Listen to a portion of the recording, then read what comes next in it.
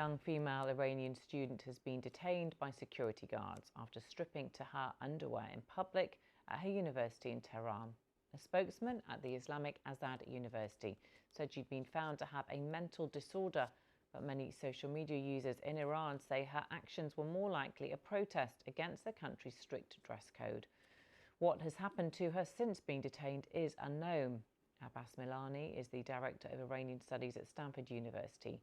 He told me what he makes of her motives. I think her motives, by all accounts, are exactly as you indicated. It was a protest against the very rough treatment she got at the hands of the police, who accused her of having improper hijab. And as a gesture of defiance, as a gesture of resistance, she took off her clothes and created a remarkable scene. There are videos that show how helpless the police are when they're faced with this defiance. There are also now videos of how brutal the same police are a few minutes later in arresting her.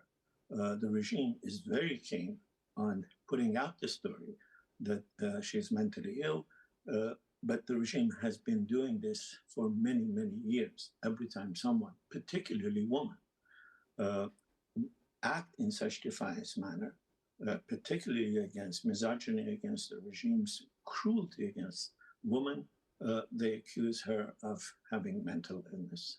Going back to 19th century and stories of hysteria by men who were worried about the rights of women emerging.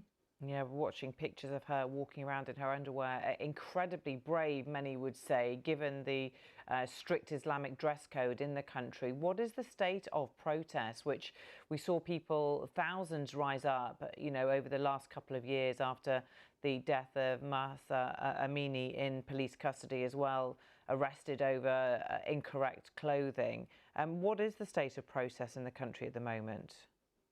I think it depends how you define protest. If you define protest exactly as this young defiant lady has done, as another defiant lady has done within the last 24 hours, confronting a brutal policeman in the street, if you consider acts of a strike, if you consider many other gestures of defiance against autocracy, the protests are gone, and they've gone, I think, remarkably defiantly, because the regime survives on fear, and it knows, particularly amongst women, that fear has dissipated.